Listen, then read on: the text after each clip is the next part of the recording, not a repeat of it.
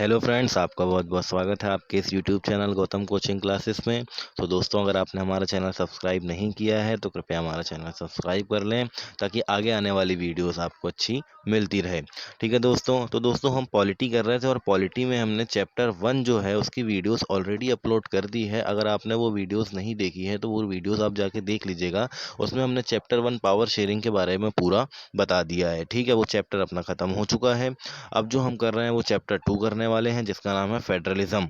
Okay, तो ये हम देखने वाले हैं आज। ठीक है ना, फेडरलिज्म। अब भाई फेडरलिज्म का मतलब क्या होता है ना, ये सब चीज़ें अपन देखेंगे कि भाई क्या होता है इस चैप्टर में, अपन को क्या पढ़ना है। ठीक है ना, तो ये सब चीज़ें यहाँ पे अपन देखने वाले हैं। ओके, चलिए। तो दोस्तों, सबसे पहले आपको ये पता होना चाहिए कि फेडरलिज्म का मतलब क्या होता है। ठीक है, तो फेडरलिज्म का मतलब होता है दोस्तों संघवाद, है ना। हिंदी में जो इसका मतलब होता है उसको बोलते हैं संघवाद। संघवाद का मतलब ये होता है कि जब बहुत सारे स्टेट्स मिलते हैं, ध्यान से देखिएगा, जैसे अपने इंडिया में स्टेट्स हैं, है ना।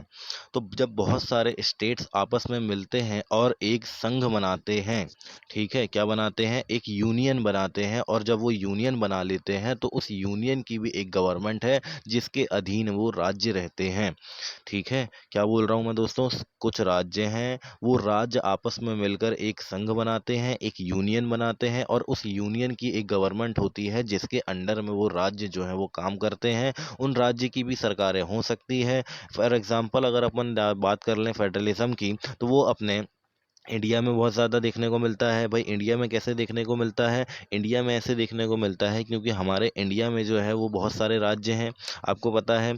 ठीक है, अब जब बहुत सारे राज्य हैं तो उन राज्य, वो सब राज्य मिलके ही हमारा भारत बनता है ना। तो हम क्या करते हैं, जैसे आपने पढ़ा होगा कि जो संविधान है उसमें लिखा हुआ है, संविधान में क्या लिखा है दोस्तों, कि भारत जो है वो राज्यों का संघ है।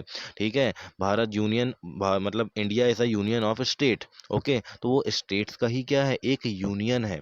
ठीक है, और जहाँ पे क्या होती है दोस्तों, एक यूनियन गवर्नमेंट होती है, जैसे हमारी केंद्र सरकार होती है, सेंट्रल गवर्नमेंट होती है, तो सेंट्रल गवर्नमेंट के अधीन, सेंट्रल गवर्नमेंट के अंडर में जो है वो राज्य सरकारें काम करती है। यानी कि सेंट्रल गवर्नमेंट के पास ज़्यादा पावर रहती है रादर देन स्टेट गवर्नमेंट। ठीक है, तो इससे आप जो इंडिया का आप देख, अगर स्ट्रक्चर देखेंगे, अगर इंडिया में फेडरलिज्म देखेंगे तो आपको बहुत अच्छे से समझ में आएगा कि फेडरलिज्म क्या होता है और ये कैसे चलता है।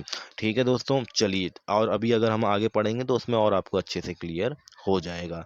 ठीक है, तो चलिए इस चैप्टर का हम ओवरव्यू देख लेते हैं कि इस चैप्टर में आखिर में हमको देखना क्या है। ठीक है, तो चलिए, क्या बोल रहा है दोस्तों, in the previous chapter, we noted the vertical division of power among different levels of the government in one of the major forms of power sharing in modern democracies। तो वही मॉडर्न डेमोक्रेसीज में किस तरीके से जो government में different levels में power share की जाती है, कौन किसकी पावर, कैसी कैसी पावर रहती है, ये सब चीज़ों के बारे में हमने प्रीवियस चैप्टर में देख लिया है। इस चैप्टर में हम क्या करेंगे, we focus on this form of power sharing. Okay, तो ये पावर शेयरिंग का ही फॉर्म है ना भाई, सीधी सी बात है।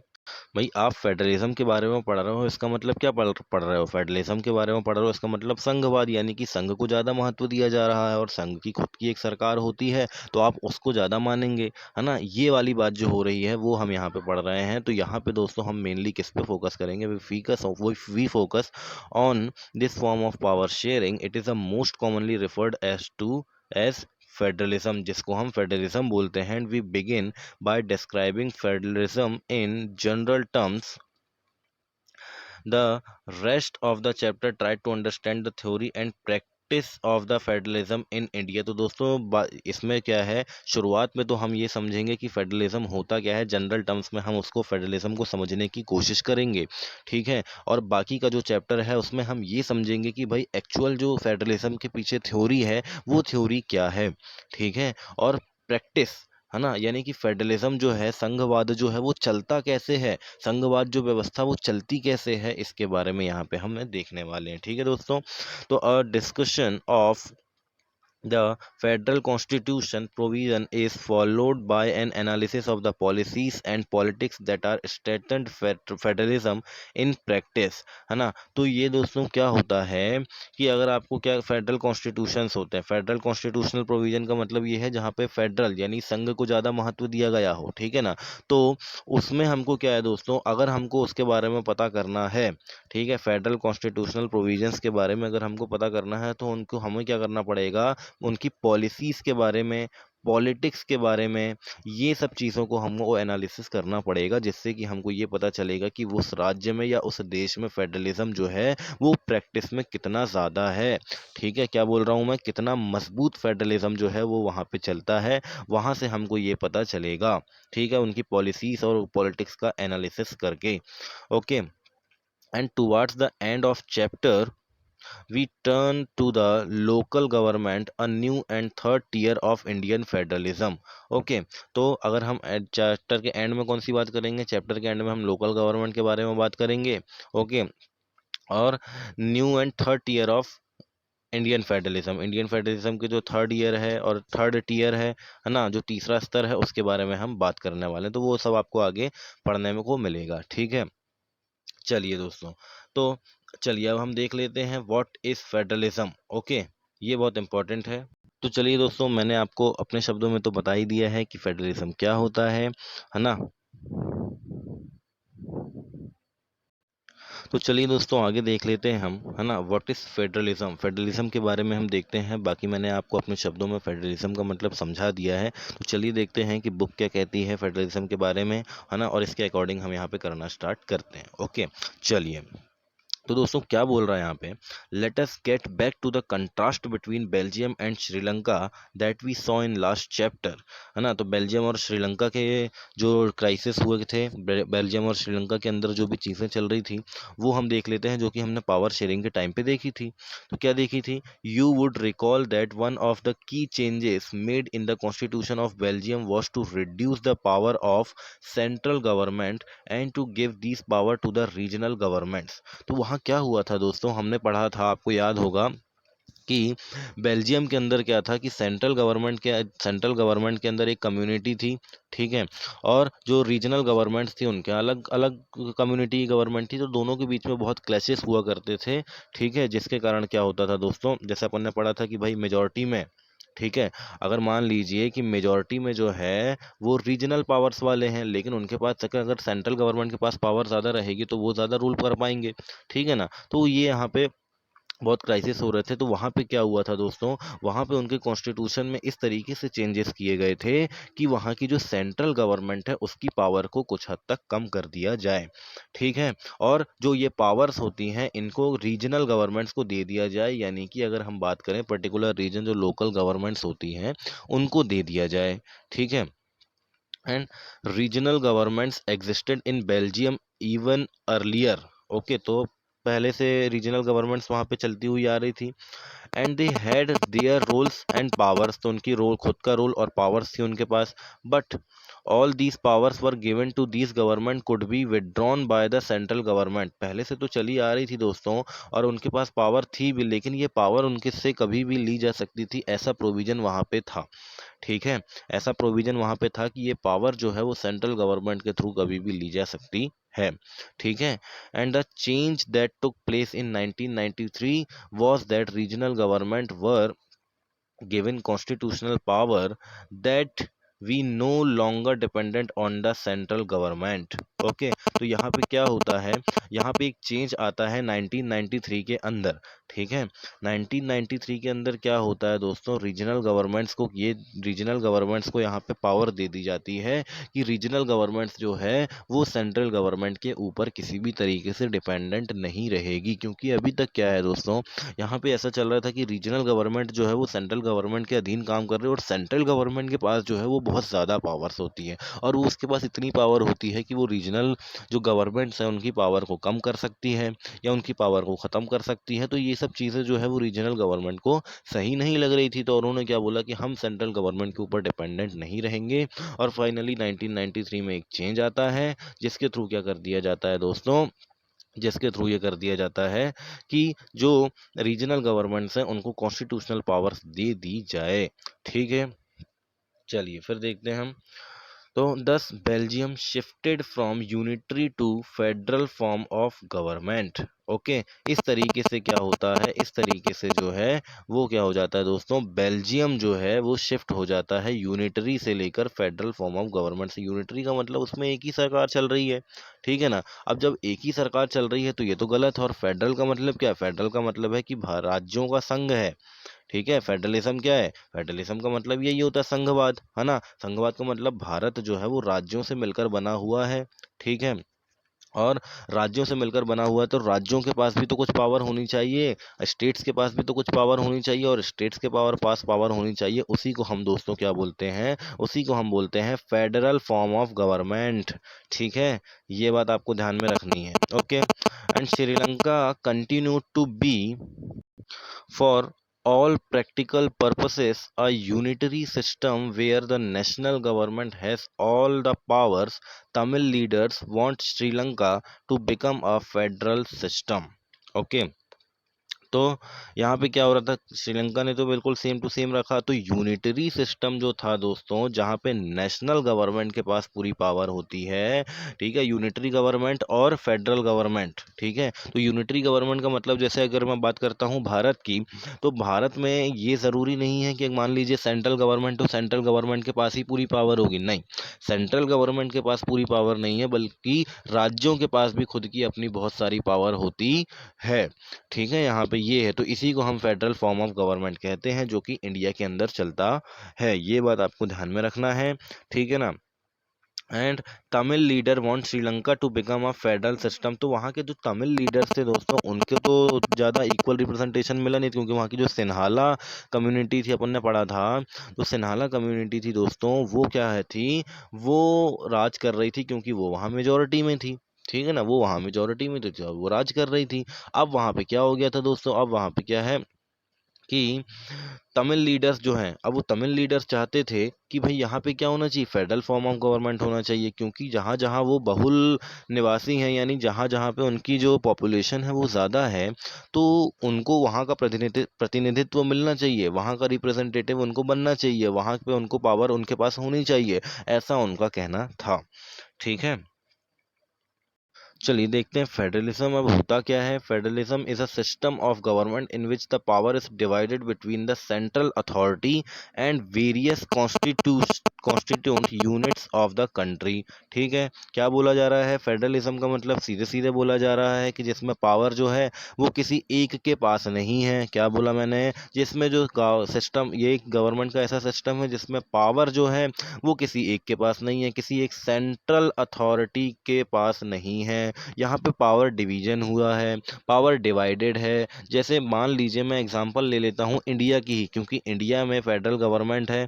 ठीक है, तो समझने के लिए आपको बेस्ट एग्जांपल इंडिया का ही मिलेगा, क्योंकि इंडिया में क्या होता है दोस्तों, इंडिया में ये है कि पावर्स जो है वो बटी हुई है। ठीक है, यानी कि अगर आप देखेंगे तो जैसे मान लीजिए अपने राज्य होते हैं, ठीक है, तो राज्यों को अपने राज्यों में कानून बनाने का अधिकार है। ठीक है, राज्यों को, अपने राज्य जो है वो अपने राज्य में कानून बना सकते हैं। वैसे ही केंद्र जो है, केंद्र के पास भी कुछ अधिकार है कि भाई केंद्र भी जो राज्य हैं उनके लिए कानून बना सकते हैं, है ना। जहाँ पे क्या होता है, कॉन्करेंट लिस्ट में होता है ये कि जिसमें राज्य भी कानून बना सकते हैं और केंद्र भी कानून बना सकते हैं। तो ऐसी कुछ पावर्स होती है दोस्तों, जो इनके बीच में क्या होती है, डिवाइड होती है। ठीक है, क्या होती है, डिवाइड होती है, किसी एक सेंट्रल अथॉरिटी के पास पावर नहीं होती है। ठीक है, अपितु बहुत सारे कॉन्स्टिट्यूंट्स यूनिट्स होती है। जैसे हमारे यहाँ अगर आप देखेंगे तो राज्य होते हैं, अब राज्यों के अंदर भी आपने देखा होगा नगर निगम, नगर पंचायत, जिला पंचायत वगैरह होती हैं, जो वहाँ पे जो रीजनल जो रिप्रेजेंटेटिव होते हैं उनके पास भी कुछ पावर होती है। फिर आप अगर देखेंगे तो पंचायती राज आ जाता है। तो इस तरीके से दोस्तों हमारे यहाँ जो है वो पावर डिवीजन हुआ है। ठीक है, हमारे यहाँ ऐसा नहीं कि किसी भी एक सेंट्रल अथॉरिटी के पास पूरी पावर हो। तो फेडरलिज्म दोस्तों यही होता है कि जिसमें पावर जो है वो किसी एक सेंट्रल अथॉरिटी के पास नहीं है, वो अपितु वो क्या है दोस्तों, डिवाइड है। ठीक है, डिवाइड है। ठीक है ना, ये बात आपको समझ में आना चाहिए। किसके किसके बीच में है, एक सेंट्रल अथॉरिटी बनी है उसके बीच में तो है ही, है ना। जैसे हमारे यहाँ केंद्र सरकार है उसके पास तो पावर है, बल्कि राज्यों के पास भी है, वेरियस कॉन्स्टिट्यूंट यूनिट्स। ओके, चलिए, आई होप कि आपको फेडरलिज्म समझ में आया होगा। ठीक है। And usually a federation has two levels of government, है ना। दो तरीके की गवर्नमेंट होती है यूजुअली अगर अपन देखें फेडरेशन में, तो one is the government for the entire country that is usually responsible for few subjects of the common national interest. The others are government at the level of the provinces or states and that look after much of day-to-day administrating of their state। तो भाई सीधी सी बात है ना। अपन ने अब भी पढ़ा, राज्यों की भी सरकारें होती है, तो वही बात है कि मेनली दो टाइप की गवर्नमेंट है, एक तो राज्य सरकार है और एक केंद्र सरकार है। ठीक है। तो केंद्र सरकार का भी कुछ सब्जेक्ट्स में जो है दोस्तों बहुत दायित्व रहता है, जैसे कि मान लीजिए केंद्र है। ठीक है। तो अब जो हमारा मान लीजिए केंद्र सरकार है, तो पूरा सेना का, है ना, जो आर्मी का जितना भी काम होगा, आर्मी के लिए जो मिनिस्ट्री ऑफ डिफेंस है ना, वो केंद्र सरकार के अंदर ही होता है। ठीक है। और केंद्र सरकार ही दोस्तों इसके लिए रिस्पॉन्सिबल होती है। ये बात आपको ध्यान में रखनी है, मतलब कि केंद्र सरकार जो है सेना के लिए वो रिस्पॉन्सिबल है। यानी कि कुछ कुछ सब्जेक्ट्स जो होते हैं दोस्तों, कुछ कुछ मुद्दे जो होते हैं, जो कॉमन नेशनल इंटरेस्ट में होते हैं, यानी पूरे देश के लिए क्या है वो ज़रूरी है, उनमें जो है उनको केवल किसको, जो फेडरल गवर्नमेंट है, जो केंद्र सरकार है हमारी, केंद्र सरकार इसके लिए रिस्पॉन्सिबल होती है। ठीक है ना। और अगर अपन बात करते हैं दूसरी जो है वो प्रोविंसेस और स्टेट्स के लिए, जैसे चाइना में दोस्तों प्रोविंसेस चलते हैं, हमारे यहाँ राज्य चलते हैं। हमारे यहाँ भी पहले प्रोविंस हुआ करते थे, फिर हमने उनको राज्य बना दिए, स्टेट्स में उनको बना दिया अलग अलग, मध्य प्रदेश, उत्तर प्रदेश, महाराष्ट्र, गुजरात, है ना, ये सब हमारे स्टेट्स हैं। तो इनमें हमने क्या कर दिया कि इनके अंदर भी एक सरकारें होंगी, और वो सरकारें क्या करेगी, वो डे टू डे एडमिनिस्ट्रेटिंग जो अपनी व्यवस्थाएं हैं उनको अपने स्टेट के अंदर चलाएगी, और वहाँ देखेगी कि भाई यहाँ पे जो है, अब वो राज्य का जो जिम्मा है वो उनको सौंप दिया जाता है कि भाई आप अपने राज्य में देखिए कि किसी चीज़ की कमी हो तो नहीं हो रही है, या किस तरीके से वहाँ का सिस्टम जो है वो चल रहा है। वहाँ केंद्र सरकार ज़्यादा मामले में दखल नहीं देगी। ठीक है। Both these levels of governments enjoy their power independent of the other. तो दोनों क्या होता है दोस्तों, एक दूसरे से इंडिपेंडेंट होती है। ठीक है। हालांकि अगर अपन देखें इंडिया के अंदर तो पूर्ण तो रूप से स्वतंत्र नहीं होती है, क्योंकि यहाँ पे जो है हमारे केंद्र सरकार के पास थोड़ी सी पावर जो है वो एक्स्ट्रा में है, थोड़ी ज़्यादा पावर है कि वो राज्यों को अपने अधीन रखती है। ठीक है। ये बात आपको ध्यान में रखनी है। ठीक है। चलिए, तो दोस्तों यहाँ पे आपको मैप नज़र आ रहा है ना, वर्ल्ड मैप। तो यहाँ पे ये बताया गया है कि कौन कौन सी कंट्री जो है वहाँ फेडरल सिस्टम चलता है। ठीक है। तो जैसा कि आप यहाँ जो रेड रेड जो दिख रहा है आपको, है ना, उनमें क्या चलता है दोस्तों, उनमें चलता है फेडरल सिस्टम। ठीक है। ये आपको देखना है। तो अगर आप देखेंगे यहाँ पे, तो ये रशिया है। ठीक है। रशिया में आपको मिल जाएगा। ठीक है। फिर Belgium, Switzerland, Spain, Austria, Germany, Bharat हो गया, पाकिस्तान हो गया, है ना, फिर हो गया मलेशिया, बस, है ना। फिर उसके बाद आपको ऑस्ट्रेलिया दिखेगा, south Africa, Nigeria, Ethiopia, Spain तो हो गया, वेनेजुएला हो गया, है ना, सेंट किट्स एंड नेविस ये एक हो गया, मैक्सिको हो गया, यूएसए हो गया, कनाडा हो गया, है ना, अर्जेंटीना। ठीक है। ये सब जो राज्य हैं, ये सब जो अपने कंट्रीज हैं, इनमें क्या चलता है दोस्तों, इनमें चलता है फेडरल सिस्टम। ठीक है। इन सब राज्यों में क्या चलता है, इन सब देशों में क्या चलता है, फेडरल सिस्टम चलता है। ये बात आपको ध्यान में रखना है। ठीक है। चलिए, फिर उसके बाद आगे हम देखते हैं थोड़ा।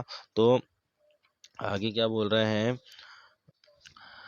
in this sense federations are contrasted with unitary governments. Under the unitary system, either there is only one level of government, or the subunits are subordinate to the central government. Okay. तो क्या बोल रहा है, अगर हम इसी sense में देखें, फेडरलिज्म के सेंस में देखें, तो फेडरेशंस क्या होता है दोस्तों, फेडरेशंस आर कंट्रास्टेड।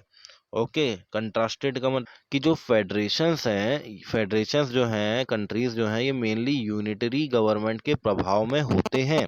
राज्यों की सरकारें वहाँ जरूर होती है, लेकिन वो यूनिटरी गवर्नमेंट के प्रभाव में ही होते हैं। अगर हम केवल यूनिटरी सिस्टम की बात करते हैं, तो वहाँ पे या तो एक लेवल ऑफ गवर्नमेंट होता है, ठीक है, या वहाँ पे सेंट्रल गवर्नमेंट के सब ऑर्डिनेट होते हैं। ठीक है। सेंट्रल गवर्नमेंट के भी सब ऑर्डिनेट्स होते हैं, या उनकी भी सब यूनिट्स होती है जो अलग अलग राज्यों में काम करती है। ठीक है। यूनिटरी सिस्टम की बात कर रहे हैं ये। and the central government can pass on orders to the provincial or the local government, but in the federal system the central government cannot order the state government to do something। ठीक है, unitary form of government की अगर हम बात करें तो वहाँ पे सेंट्रल गवर्नमेंट अगर कोई ऑर्डर पास कर देगी कि अगर स्टेट को ये काम करना है या स्टेट में ये चीज़ लागू होनी चाहिए तो वो चीज़ वहाँ पे लागू होनी चाहिए। लेकिन अगर अपन बात करते हैं फेडरल फॉर्म ऑफ गवर्नमेंट में दोस्तों, तो वहाँ पे बिल्कुल भी ऐसा नहीं होता है। वहाँ पे जो है सेंट्रल गवर्नमेंट जो है वो स्टेट गवर्नमेंट को ऑर्डर नहीं कर सकती कि आप यही चीज़ करिए। ठीक है, फिर state government has power of its own for which it is not answerable to the central government. Okay, तो स्टेट गवर्नमेंट के पास खुद की भी पावर होती है कि वो अब सेंट्रल गवर्नमेंट को अगर उसके बारे में जवाब देना चाहे तो दे सकती है, बाकी वो आंसरेबल नहीं होती है, उसको आंसर देना ज़रूरी नहीं है सेंट्रल गवर्नमेंट को। किसको? स्टेट गवर्नमेंट अगर कुछ भी करे तो। ठीक है, both these governments are separately answerable to the people. ये केवल लोगों के लिए काम करती है, क्योंकि जैसा कि अगर हम इंडिया की ही बात कर लें तो दोस्तों हमारे यहाँ क्या होता है, राज्यों के लिए चुनाव होते हैं, विधानसभा चुनाव हमारे यहाँ अलग होते हैं, लोकसभा चुनाव अलग होते हैं। तो लोकसभा में जब चुनाव होते हैं तो हमारी जो फेडरल गवर्नमेंट है, सेंट्रल गवर्नमेंट है, वो मिल बन के आती है, जिसमें हमारे प्रधानमंत्री होते हैं जो कि पूरे देश के प्रधानमंत्री होते हैं, ना कि किसी एक राज्य के। ठीक है, अगर वैसी हम बात करते हैं विधानसभा की, तो विधानसभा के चुनावों में जो चुना जाता है नेता उसको अपन मुख्यमंत्री बोलते हैं, जो कि एक पर्टिकुलर स्टेट के लिए होते हैं, ना कि पूरे देश के लिए। तो दोस्तों यहाँ पे क्या होगा, यहाँ पे उनको क्या है, क्योंकि वो जनता से चुने हुए आए हैं, चाहे वो प्रधानमंत्री हो चाहे वो मुख्यमंत्री हो। ठीक है, तो दोनों ही किसके प्रति उत्तरदायी हैं? दोनों ही अगर बात करें तो आंसरेबल हैं पीपल्स के प्रति, लोगों के प्रति, क्योंकि लोगों के वोट पाकर ही वो क्या हुए हैं, सत्ता में आए हैं, पावर में आए हैं। ठीक है, ये बात आपको ध्यान में रखना है। चलिए अब कुछ की फीचर्स देख लेते हैं दोस्तों फेडरलिज्म के।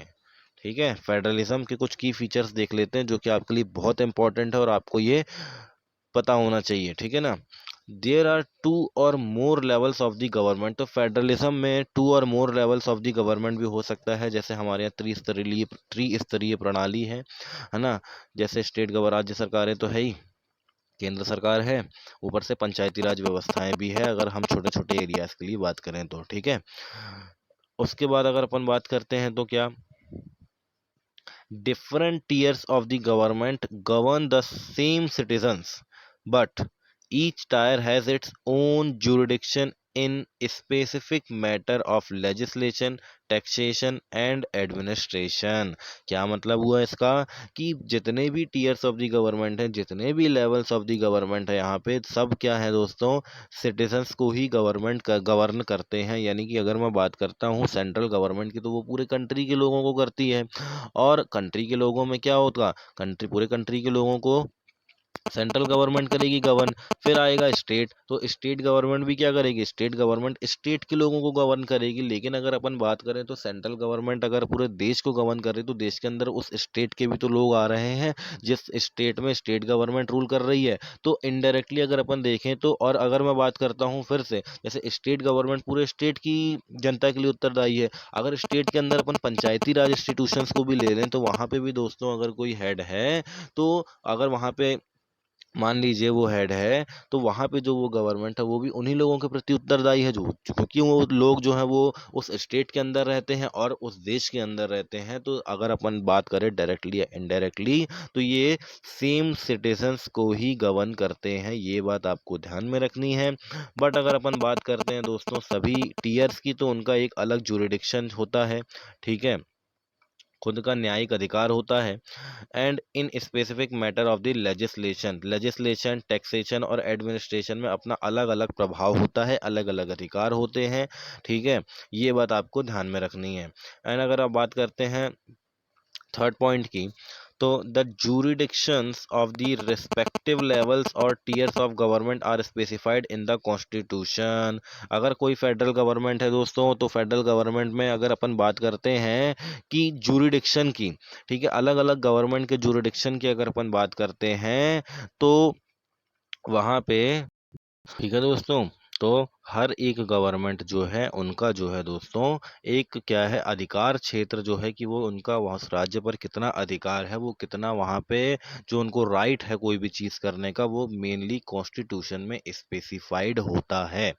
ठीक है, ये बात ध्यान में रखनी, कॉन्स्टिट्यूशन में लिखा है कि अगर वो पंचायती, हाँ जैसे हमारे कॉन्स्टिट्यूशन की बात कर लेते हैं तो हमारे कॉन्स्टिट्यूशन में लिखा है कि भाई पंचायती राज इंस्टीट्यूशंस को कितनी पावर है, स्टेट गवर्नमेंट के पास कितनी पावर है और सेंट्रल गवर्नमेंट के पास कितनी पावर है। तो पावर्स का वहाँ पे बंटवारा किया गया है, ये बात आपको ध्यान में रखनी है।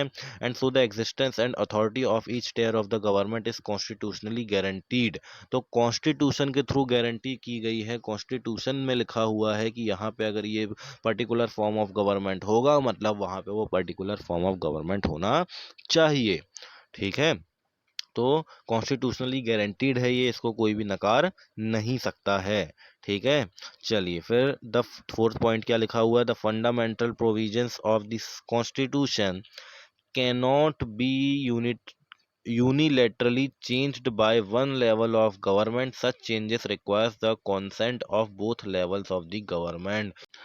तो दोस्तों यहाँ क्या है, फंडामेंटल प्रोविजंस जो होते हैं, ठीक है, ये फंडामेंटल प्रोविजंस जो होते हैं कॉन्स्टिट्यूशन के अंदर, वो किसी भी यूनिलेटरली चेंज नहीं किए जा सकते, यानी कि वन फॉर्म ऑफ गवर्नमेंट के थ्रू वो चेंज नहीं किए जा सकते। जैसा कि अगर मैं आपके लिए इंडिया की बात कर लेता हूँ अपने, तो हमारी कंट्री में क्या होता है, हमारी कंट्री में ये होता है दोस्तों कि अपने यहाँ मान लीजिए अगर कोई नया कानून बनाना है, ठीक है, या किसी कॉन्स्टिट्यूशन में अमेंडमेंट करना है अपन को, कॉन्स्टिट्यूशन में अगर अपन को अमेंडमेंट करना है तो हम क्या करते हैं, संसद के दोनों सदनों से, पार्लियामेंट के दोनों जो अपने हाउसेस होते हैं, लोकसभा और राज्यसभा, दोनों से हम उस बिल को क्या कराते हैं, पास कराते हैं, बाकायदा वोटिंग करवा के, और उसके बाद ही वो क्या बनता है, एक्ट बनता है।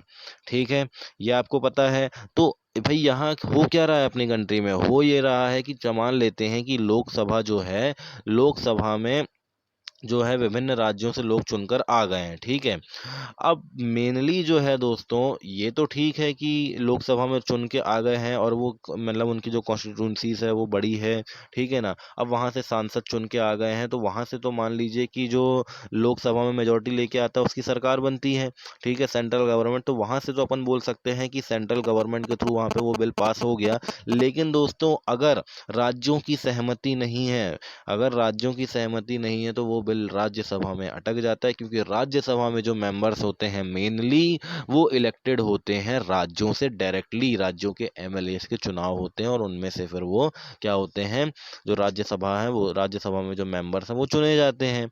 अब जब दोस्तों वो सब चुने जाते हैं तो वहाँ पे तो मेनली जो है वो राज्य प्रतिनिधित्व करते हैं, तो अगर वो राज्य नहीं चाहते हैं तो वो पास नहीं हो पाएगा और उस एक्ट को बनाने में जो सेंट्रल गवर्नमेंट उसको बहुत परेशानी होगी।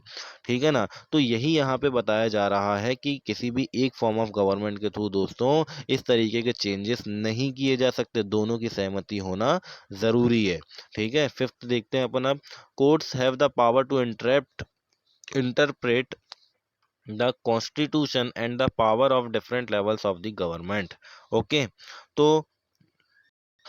यहाँ पे क्या है दोस्तों, यहाँ पे ये बोल रहा है कि कोर्ट्स जो होते हैं, है ना, कोर्ट्स के पास पूरा अधिकार है क्या बताने का, कॉन्स्टिट्यूशन के थ्रू राज्य सरकार या केंद्र सरकार को ये बताने का कि आपकी पावर्स क्या है और आप कहाँ पे अपनी पावर्स का उल्लंघन कर रहे हैं, या आप अपनी पावर का मिसयूज कर रहे हैं, या अपनी पावर के जो अपोजिट में जाके काम कर रहे हैं। ठीक है, and the highest court acts as an umpire if disputes arise between different levels of the government in the exercise of their respective powers. Okay, तो मान लीजिए कल को अगर both levels of the government या तो राज्य सरकार या लोकसभा जो अपनी केंद्र सरकार होती है, ठीक है, तो केंद्र सरकार या राज्य सरकार के बीच में अगर कोई भी डिस्प्यूट बन जाता है दोस्तों, तो उन डिस्प्यूट्स का निपटारा करने के लिए एक जुडिशरी भी फेडरल फॉर्म ऑफ गवर्नमेंट में होनी चाहिए। ठीक है, चलिए फिर देखते हैं हम यहाँ पे सेवन्थ पॉइंट। तो सेवन्थ पॉइंट में क्या बोला जा रहा है, the federal system thus has dual objectives, दो ऑब्जेक्टिव होते हैं, कौन कौन से, to safeguard and promote unity of the country. ठीक है, क्योंकि भाई जो केंद्र सरकार है वो पूरी कंट्री को चला रही है, यानी कि वो यूनिटी बना के रखने का काम जो है वो सेंट्रल गवर्नमेंट का है। ठीक है, and while at the same time accommodate regional diversity. Okay, तो वहाँ पे रीजनल डाइवर्सिटी को मेंटेन रखने का काम भी क्या है दोस्तों, फेडरल फॉर्म ऑफ गवर्नमेंट का है। क्योंकि अगर मैं बात करता हूँ, सेंट्रल गवर्नमेंट अगर पर्टिकुलर कम्युनिटी से बिलोंग करती है तो वो क्या करेगी, दूसरी कम्युनिटी का जो दर्द है, दूसरी कम्युनिटी की जो तकलीफें उनको नहीं समझ पाएगी। ठीक है ना। अगर वहीं पे बात करूँ मैं एक स्टेट गवर्नमेंट की, क्योंकि वो उन्हीं की कम्युनिटी का है या उन्हीं के बीच से आता हुआ एक प्रतिनिधित्व है, उन्हीं के बीच से जाता हुआ एक रिप्रेजेंटेटिव है गवर्नमेंट के अंदर, तो दोस्तों वहाँ पे उनके लिए क्या हो जाता है, थोड़ी सी जो मुश्किलें हैं वो आसान हो जाती है। इसलिए रीजनल डाइवर्सिटी को भी मेंटेन करके रखना है। ठीक है ना। And there for two aspects and crucial for the institution and practice of the federalism, ये बहुत ही ज़रूरी है अगर अपन को फेडरलिज्म को बनाए रखना है। And government at different level should agree to some rules of the power sharing, तो कुछ रूल्स होते हैं पावर शेयरिंग के, उनके ऊपर दोनों गवर्नमेंट्स को, है ना, जो जितने भी लेवल से गवर्नमेंट के, उनको एग्री होना चाहिए। And they should also trust that each would abide by its part of the agreement, अपने पार्ट जो एग्रीमेंट हुआ है, सहमति बनी, उससे कभी भी वो क्या ना हो, कभी भी जो है मुकरे नहीं अपनी बात से। ठीक है। And they should also trust that each would abide by its part of the government, तो हो गया है। An ideal federal system has both aspect, mutual trust and agreement to live together. ठीक है, तो सीधी सी बात है, म्यूचुअल ट्रस्ट मतलब अगर राज्य सरकारों और केंद्र सरकारों के बीच आपसी में ट्रस्ट नहीं होगा तो उनके बीच तो विवाद बढ़ता ही चला जाएगा। ठीक है, तो म्यूचुअल ट्रस्ट होना बहुत ज़रूरी है, और एक साथ रहना, एक साथ काम करना, एक साथ रहना जो है, उनका एग्रीमेंट होना भी बहुत ज़रूरी है, उसके ऊपर एग्रीमेंट सहमति भी बनना बहुत ज़रूरी है। ठीक है।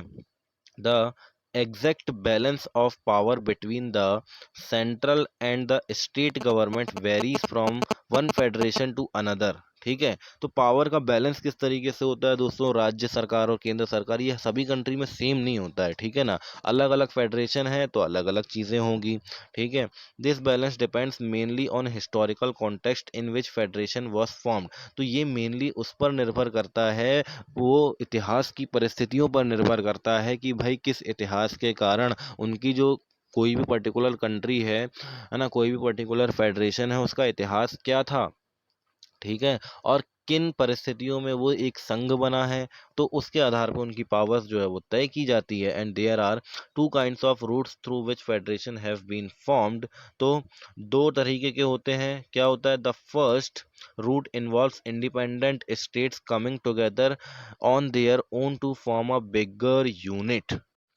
ओके, तो यहाँ पे क्या हुआ था, बहुत सारे स्टेट्स क्या हुए थे, बहुत सारे स्टेट्स आपस में आके इन्होंने क्या बनाया, एक नेशन बनाया था, जैसा कि यूएसए में हुआ था, है ना। यूएसए में क्या हुआ था दोस्तों, यूनाइटेड स्टेट्स ऑफ अमेरिका उसको क्यों बोलते हैं, क्योंकि बहुत सारे स्टेट्स जो हैं उन्होंने साथ में आके वहाँ पे एक स्टेट जो है, एक देश जो है वो बनाया, जिसका नाम जो है यूएसए है। इसको अपन क्या बोलते हैं, कमिंग टुगेदर फेडरेशन।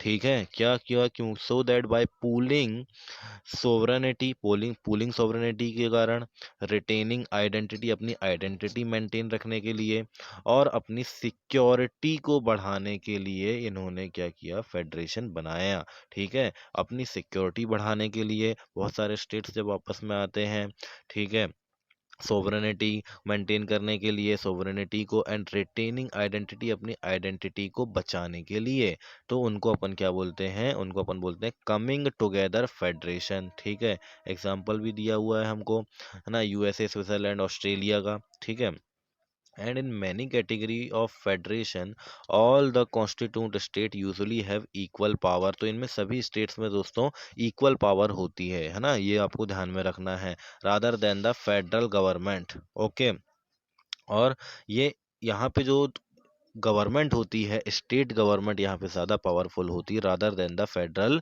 गवर्नमेंट, यहाँ केंद्र सरकार में के पास ज़्यादा पावर नहीं होती है। बाकी दूसरा अगर देखें, the second route is where a large country decided to divide its power between the constituent state, है ना, the and the national government. तो यहाँ पे क्या है दोस्तों, यहाँ पे जो है हमने ये डिसाइड किया, क्योंकि ये भारत था, है ना, जैसे इंडिया, स्पेन, बेल्जियम, ये सब एग्जांपल है इनका। तो यहाँ पे हमने क्या डिसाइड किया कि हम अपनी जो पावर है, जो सेंट्रल गवर्नमेंट की पावर है, इसको अपने राज्यों के बीच में क्या करेंगे, डिवाइड करेंगे। ठीक है, तो हम क्या किया, राज्यों के बीच में डिवाइड करते हैं, और राज्यों के बीच में डिवाइड करने के बाद जो बनाएगा उसको अपन क्या बोलेंगे, उसको अपन बोलेंगे होल्डिंग टुगेदर नेशन। मतलब ये है कि जो अपना फेडरेशंस है उनको साथ में लेके चलना, सभी राज्यों को हम साथ में लेके चलते हैं। ठीक है, and in the second category the central government more powerful. अब सेंट्रल गवर्नमेंट के पास इन केसेस में ज़्यादा पावर होती है इन फेडरेशंस में, rather than the states. Okay, क्योंकि इन्होंने स्टेट्स को पावर बांटी है। ठीक है, स्टेट्स को पावर दी है, स्टेट से पावर नहीं ली इन्होंने। ठीक है ना, very often different constitutes units of federation have unequal power। तो अगर अपन बात करें तो फेडरेशन के अलग अलग यूनिट्स के पास अलग अलग पावर होती है, and some units are granted special power, और कुछ यूनिट्स के पास स्पेशल पावर्स होती है।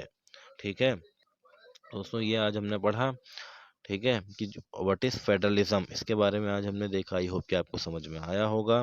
फिर यहाँ पे एक वर्ड है जिसका नाम है क्या, जूरिडिक्शन। जूरिडिक्शन का मतलब समझाया हुआ है इन्होंने, the area over which someone has legal authority. यानी उसका एक क्या है दोस्तों, उसके पास लीगल अथॉरिटी है, उसके पास ये अधिकार है कि वह अपने क्षेत्र में ये योजनाएं लागू कर सकता है, ये काम कर सकता है। मतलब कुछ स्पेसिफिक सब्जेक्ट्स होते हैं जिनके ऊपर वो अपने क्षेत्र में काम कर सकता है। वो एरिया जो है वो दोस्तों जोग्राफिकली भी डिज़ाइन किया जा सकता है, डिफाइन किया जा सकता है, या कुछ सब्जेक्ट्स के ऊपर भी वो बेस हो सकता है कि इन विषयों के ऊपर वो वहाँ पे काम कर सकता है। ठीक है, इसको बोलते हैं अपन जुरिडिक्शन। जुरिडिक्शन का मेन मतलब क्या होता है, अगर अपन हिंदी की बात करें तो उससे आपको ज़्यादा समझ में आएगा, है ना, अधिकार क्षेत्र। ठीक है, क्या होता है, अधिकार क्षेत्र जो है ये इसका काम होता है। ठीक है, अधिकार क्षेत्र इसका नाम होता है। अधिकार क्षेत्र का मतलब आप जो है, आप जितना काम कर सकते हो। ठीक है, आपके पास जो भी राइट्स है उसके अकॉर्डिंग जो आप काम करोगे उसको बोलेंगे जुरिडिक्शन, अधिकार क्षेत्र। यानी कि आपका जो है अधिकार क्षेत्र कितना है, आप वहाँ पे कितना अधिकार रखते हैं, और आप क्या काम वहाँ पे कर सकते हैं। ठीक है, तो आई होप कि आपको समझ में आया होगा। नेक्स्ट क्लास में दोस्तों हम पढ़ेंगे कि इंडिया को क्या चीज़ है जो फेडरल बनाती है। ठीक है, फेडरल कंट्री बनाती है इंडिया को, वो ऐसी कौन सी चीज़ है उसके बारे में हम पढ़ेंगे। ठीक है, चलिए।